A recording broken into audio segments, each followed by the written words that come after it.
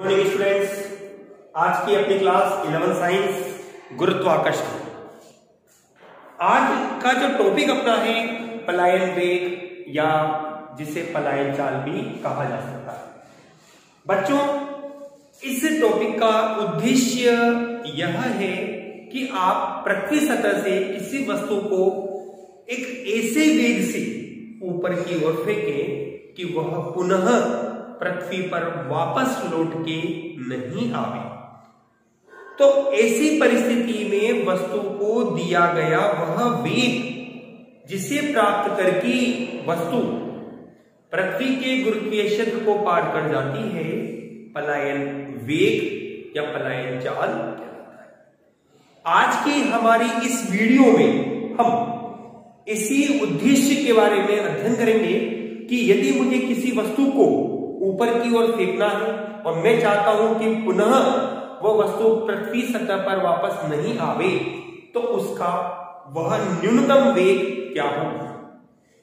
माना हमारे पास एक द्रव्यमान की एक पृथ्वी, जैसा कि हम शुरुआत से ही मानते हुए इस परिस्थिति में आ रहे हैं, हमारे पास केंद्र O है और इस पृथ्वी की त्रिज्या हमारे पास बनती है RE के रूप में।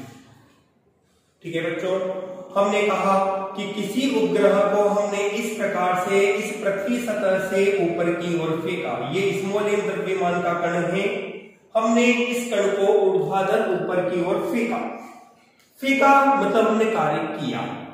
और जैसा कि हम जानते हैं, कार्य ऊर्जा का रूप होता है और कुल ऊर्जा के रूप में गतिज ऊर्जा और स्थितिज ऊर्जा का योग हमें प्राप्त होगा।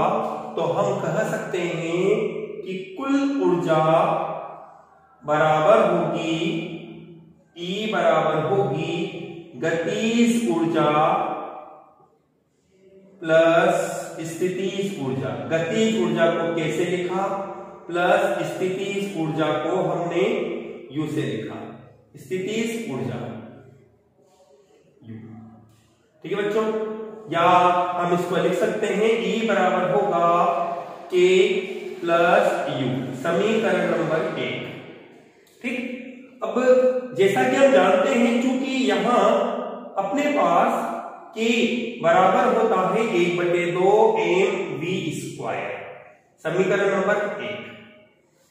वह स्थितिज ऊर्जा जिसे हमने हमारे लास्ट वीडियो में आपको बताया भी था, minus capital G capital M small m upon R। बच्चों, जैसा कि आपको पता है, आप पृथ्वी के बारे में स्टडी कर रहे हैं, तो कैपिटल M पृथ्वी, जिसको हमने ME के रूप में डिनोट कर दिया। E से मतलब हो गया mass of earth, capital R radius of earth. Equation number हमने इन दोनों को कंबाइन करके हम इक्वेशन नंबर दे देते हैं नंबर 2। ठीक है, समीकरण 1 और 2 से क्या बनेगा? 1 व 2 से हमारे पास आएगा E बराबर होगा, K का मान रखा आपने 1/2 mv² प्लस और minus capital G capital M small m और अपॉन RE। ठीक है, चलिए देखिए, जैसा कि हम जानते हैं, जब हमने किसी उपग्रह को या किसी वस्तु को जो अत्यधिक ऊंचाई पर स्थापित कर दिया, तो ऐसी परिस्थिति में हम कहें कि यदि वहां पर उस वस्तु की जो ऊर्जा है वह शून्य हो जाए, तो हम कहें यहां पर यदि E बराबर हमारे को 0 प्राप्त हो, तो हमें प्राप्त होगा 0 बराबर 1/2 mv² plus minus minus capital G M small m upon RE।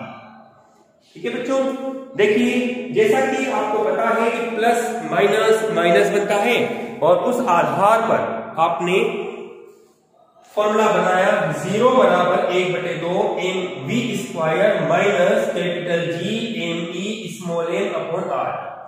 Implies that आप लिख सकते हैं 1/2 mv² बराबर होगा G M small m upon RE।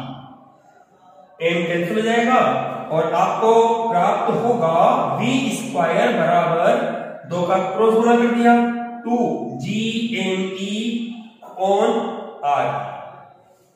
ठीक है बच्चों, जैसा कि हमने पहले रिलेशन पढ़ा है और आपको कई बार बताया भी गया था कि बेटा ये फॉर्मूला आपके लिए बहुत उपयोगी होगा, इसलिए आप इसको जितना ज्यादा से ज्यादा याद रखोगे उतना बेनिफिट आपको करेगा। तो इसके लिए हमने ये कहा था आपको एक रिलेशन स्मॉल g बराबर होता है capital G ME upon RE square, या capital G ME is equal to G RE square. हमने इस G ME की जगह वैल्यू रखी स्मॉल g RE स्क्वायर, इसलिए अपने पास आएगा v स्क्वायर बराबर होगा 2G RE स्क्वायर बटे RE। ठीक है, चलिए जैसा कि आपको बहुत स्पष्ट शो हो रहा है कि एक RE से एक RE कट जाएगा और v स्क्वायर बराबर बनेगा 2G RE। ठीक है, जब आपने इसका वर्गमूल लिया तो v बराबर बनेगा आपके पास अंडर रूट 2G RE के रूप में।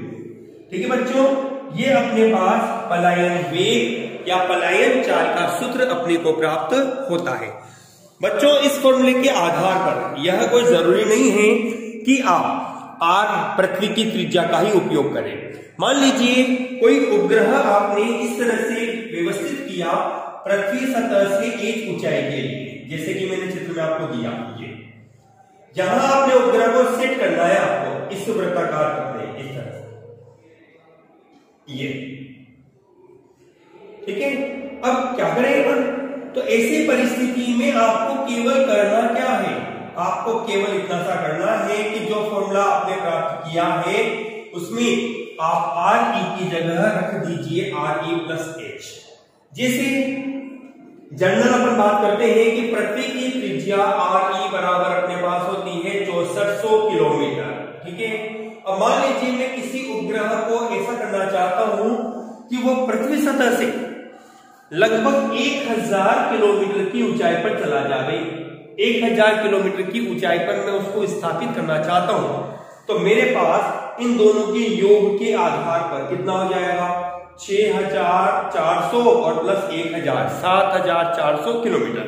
मतलब मुझे इस R का जो मान है वो रखना होगा कितना, 7400 किलोमीटर। लेकिन ध्यान रखिएगा कि यहां आपके पास किलोमीटर है, जबकि पद्धति के आधार पर हम उपयोग में लेते हैं MKS पद्धति का।